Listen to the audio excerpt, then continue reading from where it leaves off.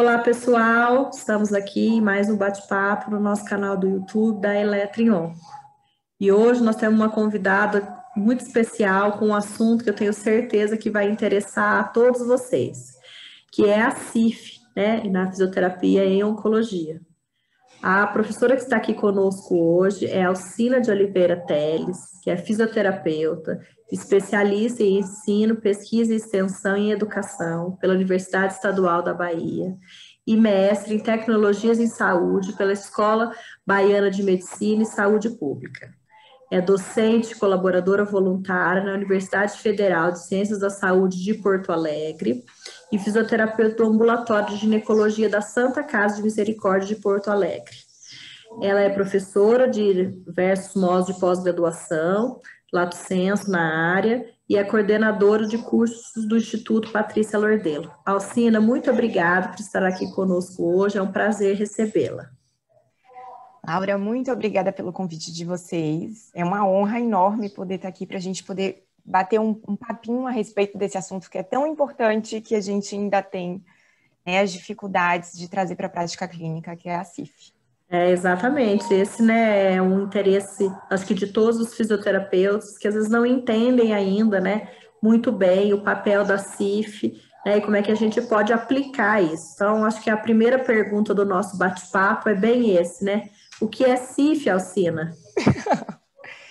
Então, em bases conceituais, pegando bem o nome mesmo, né? A CIF significa Classificação Internacional de Funcionalidade, Incapacidade e Saúde, e a gente acaba chamando no dia a dia de CIF, e em termos de conceituação, é um código, é uma classificação que a gente deve gerar em termos de avaliação funcional, para poder fazer uma classificação um pouco mais uniforme para esses pacientes, né? Então, já pegando um ganchinho aí, em termos de objetivo grande da CIF, é que a gente possa padronizar essa nomenclatura em termos internacionais e que a gente possa dar esse passo também da codificação. E qual que é a diferença da CIF para a CID? Né, que é umas coisas que as pessoas perguntam muito. Perfeito. A CID é a Codificação Internacional de Doença. Então, lá nos códigos da CID, a gente vai ver a patologia sendo descrita. E enquanto que na CIF, a gente vai levar em consideração muito mais coisas. Mas, inclusive, um ponto inicial de classificação da CIF é a CID, porque a gente tem, inclusive, no organograma, né, que é trazido, o topo lá está a CID, porque é o mais habitual, que a gente já tem contato há muito mais tempo, mas a gente, enquanto fisioterapeuta, normalmente não usa, porque a CID pura não traz muita informação, né, pra gente. E a CIF vem exatamente para conseguir complementar e trazer outros aspectos que a patologia pura não diz. Então, um paciente pode ter vários pacientes, né, podem ter a mesma patologia, e isso ter um impacto na sua funcionalidade, na sua saúde, de maneira completamente diferente. Então, a CIF vem para ampliar esse olhar. E uma coisa interessante também é que para 2022, se eu não me engano, eles já estão no processo de mudança do CID-10 para o CID-11, e essa nova versão do CID, né, da CID, que vai ser a CID-11, ela já tem peculiaridades e nuances que englobam questões da CIF. Então, por causa das demandas da CIF, a sensação que eu tenho é que eles sentiram que também é interessante trazer essas outras nuances que o nome da doença pura, né, não traz. Então, a partir de 2022 aí, a gente vai ter que se readaptar à nova CID também. Na verdade, você está falando uma coisa muito interessante, né? Então, por exemplo, nós trabalhamos muito com oncologia, a gente vê uma paciente, por exemplo, no pós-operatório de câncer de mama, que tem importantes problemas de função de membro superior, e tem pacientes também no pós-operatório de câncer de mama que não tem problema nenhum de função, ela está completamente reabilitada, mas a CID seria a mesma, né? Exatamente. E aí, quando a gente vai para a CIF, a riqueza de informação é quase que infinita também, né? Que, inclusive, na hora de traçar a CID, ou a CIF, desculpa, a gente vai precisar fazer algumas escolhas do que é mais importante, porque como tem muitos aspectos individualizados que vão gerar aquela incapacidade ou aquela deficiência que o paciente pode apresentar, a depender, a gente vai precisar fazer algumas escolhas em termos de trazer essas informações, especialmente quando a gente vai para o ponto da codificação propriamente dita. E essa é a beleza da CIF, né? Dela não ser um mais um. São muitas combinações possíveis. E quais que são os aspectos? Você está falando de diversos aspectos, podem combinar. Fala de maneira geral para a gente, né? Que compõe a CIF?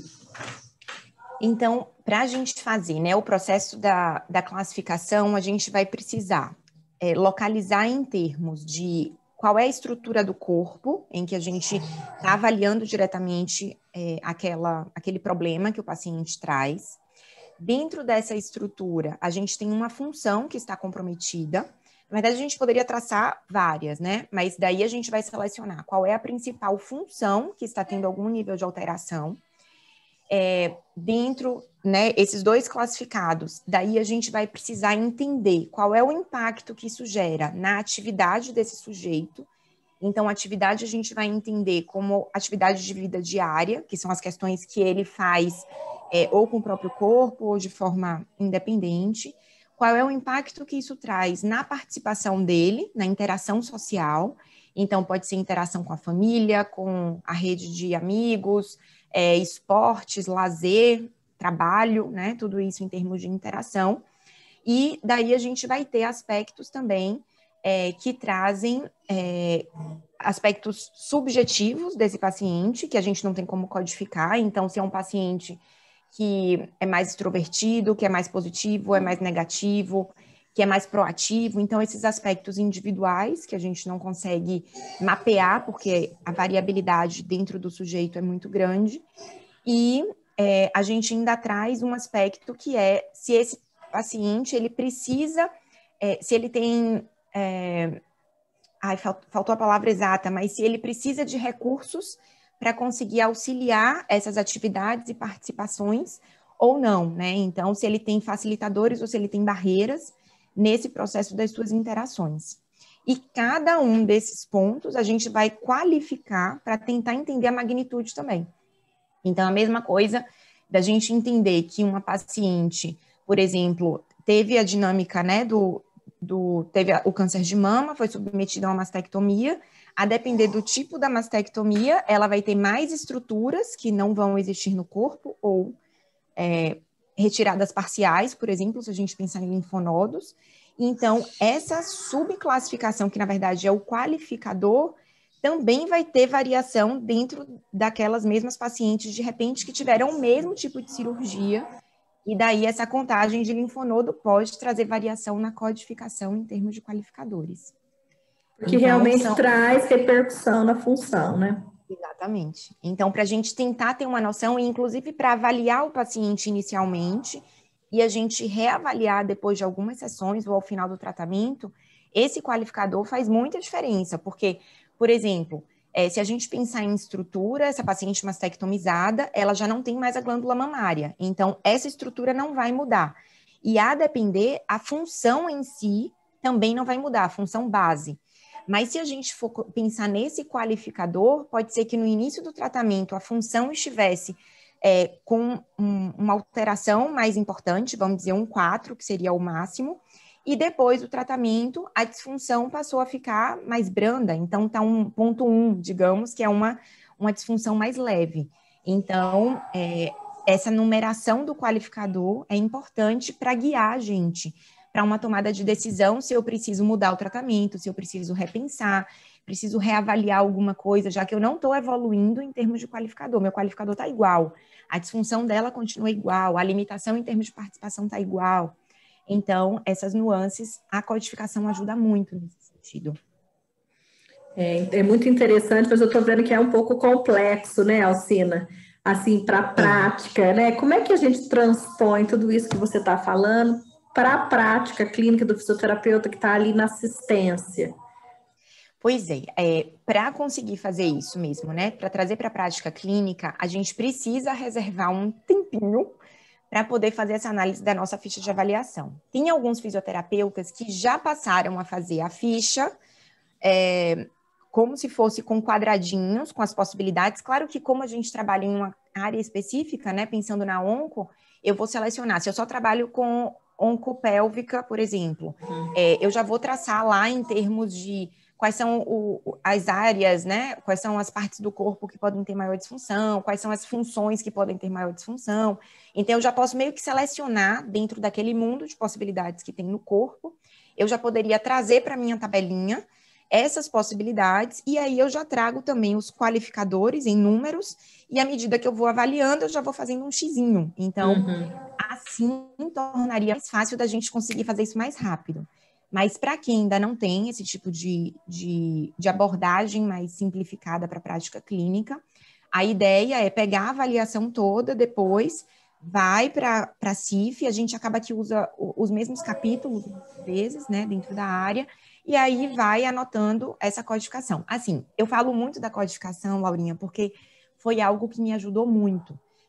Eu tinha muita dificuldade com a CIF, então eu acho que eu comecei a estudar a CIF lá por volta de 2015, apesar da CIF ter sido criada, né, há mais tempo, em 2001, no português chegou em 2003, eu formei em 2005, mas na faculdade não se ouviu, eu não ouvi falar de CIF ainda.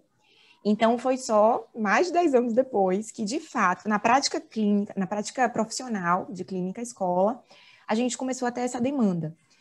Só que era uma coisa muito distante, assim, para mim, né? E a gente sempre utilizou muito a CIF de forma muito subjetiva, da gente trabalhar só com a nomenclatura, da gente trazer os aspectos descritivos da CIF.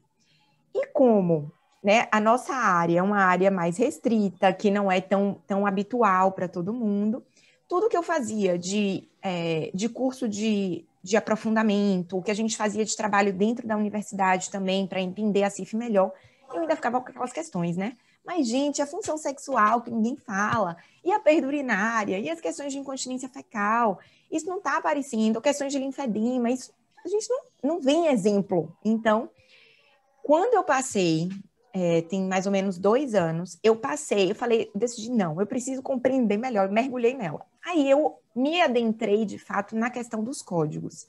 E eu acho que o código faz toda a diferença, porque se a gente quer falar a mesma língua internacionalmente, eu não posso ficar fazendo o processo todo descritivo no português o tempo todo. Senão eu entro no mesmo impacto, na minha concepção. E aí, a partir do momento que eu passei a usar o código, para mim passou a fazer muita diferença, assim, no processo. Porque eu acho que deixa mais sistemático, deixa mais enxuto.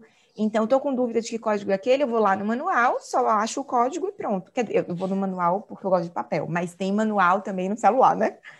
A gente tem aplicativo também, que já ajuda nessas buscas. Então, a gente tem um livrinho da CIF, igual a gente tem da CID, é isso? Que a gente pode consultar, é isso?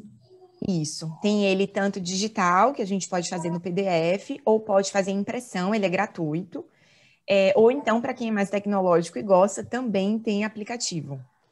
Um dos Crefitos que tem um aplicativo, eu não lembro agora exatamente qual é o Crefito, mas um deles, acho que é o Crefito 4. Ele tem um aplicativo, o aplicativo do Crefito 4, ele já tem a CIF lá. Depois eu posso dar uma olhadinha para confirmar, mas eu acho que é o 4. Deve ser, porque o 4 que fica oferecendo alguns cursos, né, sobre a CIF, tem investido bastante, né, nessa questão da CIF, porque ele é muito mais ligado à nossa prática, né, profissional, acho que tanto do fisioterapeuta quanto do terapeuta ocupacional, essa questão da função, né, porque às vezes a gente melhorou o paciente, né, mas o CID sempre vai continuar aquele fixo, a gente, até um sistema também de avaliação da evolução, né, daquilo que a gente vai conseguindo, né? Mas aí, para a gente aplicar, são muitos campos para a gente poder chegar nesse código final, né? Ele, infelizmente, ou felizmente, né, ele não consegue ser tão objetivo e simplificado, no final das contas, como a CID. CID vai ser um código só, né, quer dizer, o paciente pode ter mais de um código, mas para aquela questão específica só é um código. Para a gente, cada questão específica, a gente vai ter alguns códigos, e para uma disfunção, pode ser que a gente tenha, inclusive, mais de uma estrutura envolvida, né? Para gerar aquele quadro daquela disfunção específica, daquela função que está tendo alteração. E aí a gente... uma coisa também, uma informação que é interessante, né? Que ainda as versões mais futuras, eu imagino que eles vão conseguir contemplar essas outras observações. Por exemplo, no campo da estrutura, quando a gente pensa em sistema reprodutor, ele não tem subdivisão, porque a gente vai ter também, né, os códigos mais gerais, e daí dentro da estrutura a gente vai ter aquele subcódigo daquele geral. Então, vamos dizer que da estrutura sistema urinário, a gente tem o código geral e a gente tem os subcódigos daquele código geral. Então, vai ter uretra, vai ter bexiga, vai ter ureter e rim. Quando a gente vai para o sistema reprodutor, ele não faz essa nuance. Então, a gente não consegue localizar especificamente canal vaginal, útero, ou colo do útero, trompas. Então, se a gente pensar nessas pacientes que tiveram, né, questões oncológicas dessas estruturas, a gente vai precisar codificar na estrutura toda. A gente não vai conseguir ser tão específica. Então, enfim, a gente vai precisar ir combinando algumas coisas para que faça sentido aquela nossa estruturação de todos os códigos. Então, a gente vai gerar alguns códigos, né, para falar da mesma coisa. E quando se fazia de forma descritiva, assim, por exemplo, só para quem está nos assistindo entender, em que resultado que a gente chega? Assim, né? Dá uns exemplos, assim, para o pessoal entender. Então, por exemplo, no aspecto descritivo, uma forma que ajuda muito também, visual, é usar o organograma que eles trazem. Então, lá em cima do organograma, vai ter CID. Então, a gente já coloca lá que a paciente já veio com CID, na maioria das vezes, né? Ou se não veio, a gente também sabe que, às vezes, mistura CID com patologia ou com queixa. Então, vamos dizer que tenha sido lá em cima incontinência urinária, CID, R32, se eu não me engano. E aí, quando a gente vai avaliar a estrutura dela, se a gente pensar, vamos pensar que essa paciente teve um câncer o que é que você gostaria? Um câncer de bexiga, digamos? Pode ser? Pode. E aí, mas ela fez um processo de radioterapia, né? Ao invés de fazer uma cirurgia. E aí, quando a gente vai localizar a estrutura, a gente vai dizer que a estrutura que sofreu alteração foi a bexiga, né? E possivelmente uretra, já que a localização da rádio não vai ser tão específica assim. Daí, quando a gente vai pensar na qualificação dessa estrutura, a gente vai descrever que essa estrutura, vamos dizer que ela está com que a gente vai ter qualificação pensando que essa estrutura pode não existir, ou essa estrutura teve uma alteração tissular em termos de qualidade do tecido. Tem algumas opções para fazer a qualificação. Então, nesse sentido, eu iria descrever que, provavelmente devido à radioterapia, houve alteração nessa estrutura da bexiga e da uretra, o que pode levar, aí eu já linko para a função, que leva essa paciente a ter um quadro de incontinência urinária. Então, na descritiva, na subjetiva, a gente pode fazer tipo texto mesmo, no caso clínico, ou ir fazendo nos preenchimentos da hierarquia. Então, coloquei aqui, que eu já misturei os dois, né? Eu estava falando primeiro hierárquico, depois eu comecei com o descritivo. Então, eu coloquei no quadradinho de estrutura, questão de bexiga e de uretra. Daí, na função, eu vou colocar a alteração da continência urinária, né? Uma paciente que está com incontinência urinária, e já posso dizer aqui que, decorrente da radioterapia, teve alteração dessa função. Daí eu vou dizer o que é que isso traz de impacto para a atividade dela. Então, na atividade dela, uma função é a questão da higiene pessoal, né? Então, é uma paciente que, por estar tendo a incontinência urinária, que estava lá no ponto da função, quando a gente chega na atividade, que seria a continência, ela não está tendo a continência por causa dessa alteração de função. Isso impacta no dia a dia dela, ela deixou de fazer alguma coisa por causa disso. Então, vamos dizer que é uma paciente que deixou de fazer o exercício físico que ela fazia, ou deixou de, ou está indo menos vezes para o clube. Então, a restrição que ela está tendo em termos de participação é em relação à atividade física de lazer que ela fazia. E aí, para tentativa disso aqui, de melhorar a atividade e a participação dela, hierarquicamente eu já venho para baixo, ela faz algum uso de facilitadores, ou ela tem alguma barreira, então ela passou a fazer uso de absorventes, por exemplo. Então, o absorvente que eu vou escrever aqui, ele vai estar positivo, porque ele ajuda ela nessa alteração que ela está tendo na participação e na atividade. Se ela tivesse, vamos dizer, uma questão que fosse financeiramente, ela não pode comprar absorvente, vamos dizer que fosse alguma coisa muito cara. Daí a gente diria que a questão socioeconômica dela é uma barreira. Então, ela não consegue ter o facilitador por conta da barreira. E aí a gente vai ver no último quadradinho, dentro dessa hierarquia, quais são as questões dela pessoais. Então, é uma paciente que ficou deprimida por causa disso, é uma paciente que precisou fazer terapia por causa disso, ou é uma paciente que entende que não, normal, todas as mulheres em minha família evoluíam com incontinência urinária e para mim tá tudo bem, não impacta, assim. Apesar de eu deixar de fazer algumas coisas, eu não fico triste por causa disso. Ou é uma paciente que não adere ao tratamento, ela quer simplesmente uma mágica, né? É uma paciente que gostaria de fazer uma cirurgia e não de fazer fisioterapia. Então, em termos de estrutura hierárquica, a gente poderia botar essas informações sucintas dentro de cada quadradinho, ou se a gente quiser fazer um texto, a gente pode ir descrevendo isso, fazendo o link, meio que contando uma historinha. Ou então, faz a questão da codificação mesmo, né? Que aí o código vai ter o número, ou a letra, o número, o pontinho e aí o qualificador. Na verdade, estou ouvindo aqui você falar e estou pensando, aquele começo, acho que da ficha de avaliação de todo mundo, né? Queixa principal, história da mulher, isso é a CIF, só que de uma maneira estruturada, né? Não é aquela coisa solta, cada um escreve do jeito que acha, e depois falta informação no futuro, né? É uma maneira de organizar o pensamento. Então, na verdade, é uma coisa que seria muito benéfica, né? Tanto para a gente que trabalha nas universidades, como para quem trabalha na prática clínica. Você vê que é uma coisa detalhada, mas são detalhes que fazem diferença. Não é aquele detalhe que enfeita, né? É aquele detalhe que realmente faz diferença e faz até com que a gente planeje melhor o tratamento, né? E o mais legal que eu acho é porque a maioria das coisas a gente já tem na nossa ficha de avaliação, a gente já tem na nossa avaliação. Só que eram informações meio que soltas, como você diz, né? Então, inclusive, quando a gente vai para avaliação física, a gente junta lá para as questões do que a gente está encontrando dessa estrutura, né? Dessas questões de força muscular, resistência muscular, que a gente vai ter essas nuances também lá nas subclassificações.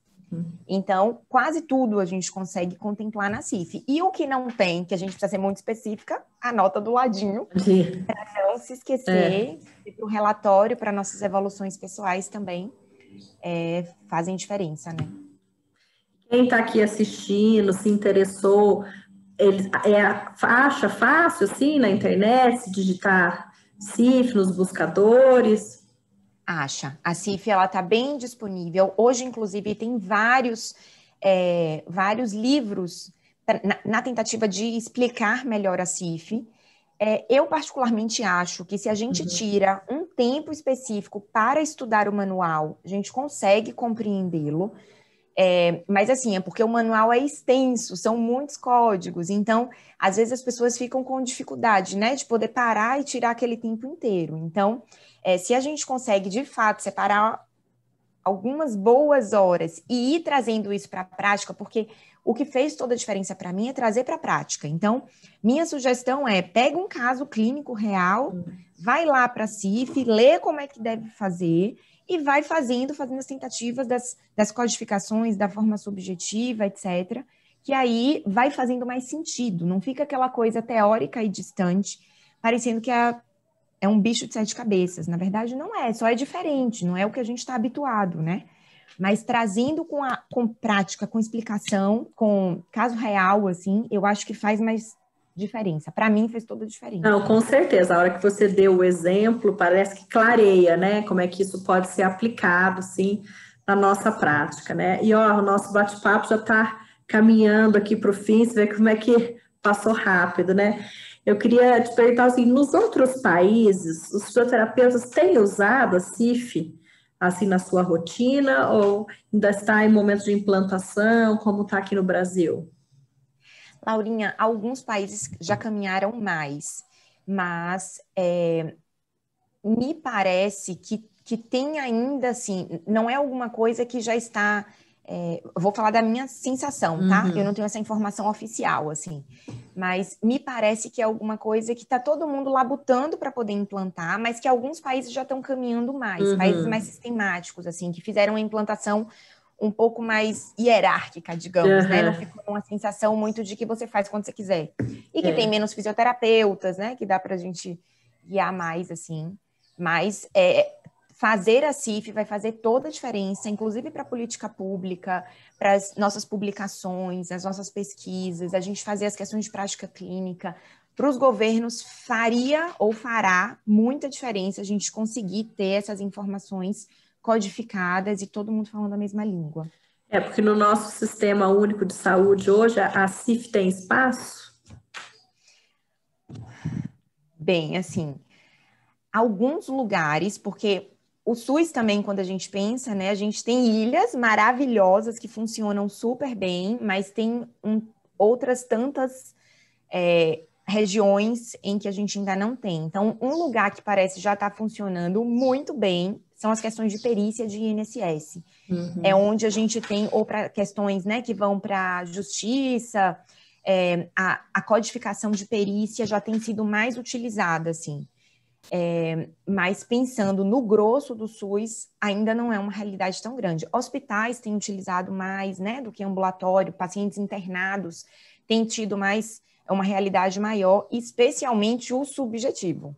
A codificação, de fato, eu não conheço nenhum lugar que esteja fazendo já assim de forma robusta. De forma descritiva, a gente já tem mais lugares. Mas eu acho que o pulo do gato, a diferença grande, vem aí quando a gente fizer a codificação. Porque na hora que a gente descreve, tem a nossa nuance, tem a nossa interpretação, assim. E que é difícil, mas eu acho que um dia a gente chega lá. Estamos falando de... Na verdade, a gente está vivendo aquelas mudanças que a gente tem, né, na ciência, vão surgindo instrumentos novos, como quando a gente começou a usar os questionários validados dentro das fichas de avaliação, né, quer dizer, se alguma organização grande resolveu criar, se tem uma razão, né, não foi só para dar trabalho para quem está fazendo, realmente foi para chamar atenção para alguns pontos que você já explicou aqui para a gente, né? E chegar num final comum, né? Porque é difícil fazer uma disfunção que seja comum a todos, né? Mesmo o conceito de funcionalidade, né? Gera uma série de perspectivas, mas quando a gente estabelece um padrão, né, sobre o que nós estamos chamando de disfunção, os tipos de disfunção, com certeza a gente evolui, né, no sentido de acertar o tratamento, até de individualizar, né, cada vez mais o tratamento, né. E uma coisa que com essa sua fala eu me lembrei, Laurinha, que eu não comentei, é importante que a gente lembre, né, desse tempo de amadurecimento dos profissionais, da gente incluir isso na prática. Porque se a gente for rememorar, a CID foi lançada no século XIX, então a gente já tem mais de 100 anos de uso de CID, né? A gente já está caminhando para a 11ª edição. E a CIP, de qualquer maneira, já foi no século XXI. Então, às vezes eu fico nessa ansiedade de que, poxa, por que a gente não traz tanto para a prática? Mas eu acho que é o tempo de maturação mesmo das coisas, né? Da gente aprender, compreender e poder usar de uma forma melhor. E daqui a pouco vai chegar uma segunda versão em que a gente já vai estar mais habituado, já vai conseguir contemplar aspectos que não estavam antes. Então, isso dá uma calma também no coração. Mas também exige um esforço em entender, né? Em aprender, né? Como é que aquilo funciona, porque também se você pega só o papel e quer ler e sozinho descobrir, talvez você tenha um pouco mais de dificuldade, né? Mas como você falou, já tem alguns cursos de CIF por aí, né? Já tem alguns livros, e isso abre, né, a perspectiva né, que a compreensão não está tão longe da gente, né? Basta a gente realmente se dedicar, né, para aprender isso aí, para a gente que trabalha muito aqui com fisioterapia e oncologia, né, saúde da mulher, saúde pélvica, a gente vê muito isso, né, então o paciente chega a ter incontinência urinária, que tipo, que queixa, né, e aí a gente naturalmente vai perguntando para a gente poder formar uma ideia, que é mais ou menos isso que a CIF está trazendo, só que de maneira um pouco mais estruturada, né. Exatamente, perfeito. Agora, no período da quarentena, até eu nem sei se cabe dizer isso, mas a gente fez também um curso online que está disponível. Uhum, Então, acho que ele tem uma duração de quase 4 horas ou 5 horas, uhum. que aí a gente vai ponto a ponto, fazendo esse trabalho, esse desmembrar, né, da CIF, para ir falando desses conceitos e daí trazendo alguns exemplos práticos também. Então, pode ser interessante se alguém quiser se aprofundar ou não quiser fazer sozinho o processo, né, de pegar o manual e estudar. Então, pode ser uma ajuda também. E aonde que as pessoas podem achar esse curso, Alcino? É no site patricialordelo.com. Então tem lá o site, o curso online. E para quem também é assinante do IPL Flix, ele faz parte do pacote. Então, se você assina, ele está lá disponível também. Então, tá bem legal, assim. Dá para a gente poder compreender, eu acho. Dar um pontapé inicial é interessante. Porque de repente o pontapé inicial é uma coisa importante, né? Pelo menos parte daquilo para depois ir aprofundando, né? Muito bom. Nós vamos podemos ficar aqui o dia inteiro, né? Batendo papo. Mas eu agradeço muito, viu, Assina, você ter vindo aqui conversar conosco sobre um assunto tão novo, tão interessante e que a gente realmente precisa pensar sobre ele para incluir na nossa prática clínica. Foi muito bacana mesmo. Bom, Laurinha, muito obrigada pelo convite. Espero que vocês tenham compreendido bem. E qualquer dúvida, fico à disposição. Bem, gente, então assim nós encerramos mais um bate-papo aqui no nosso canal da Eletrionco no YouTube. Tenho certeza que vocês gostaram e até a próxima. Tchau, Tchau! tchau.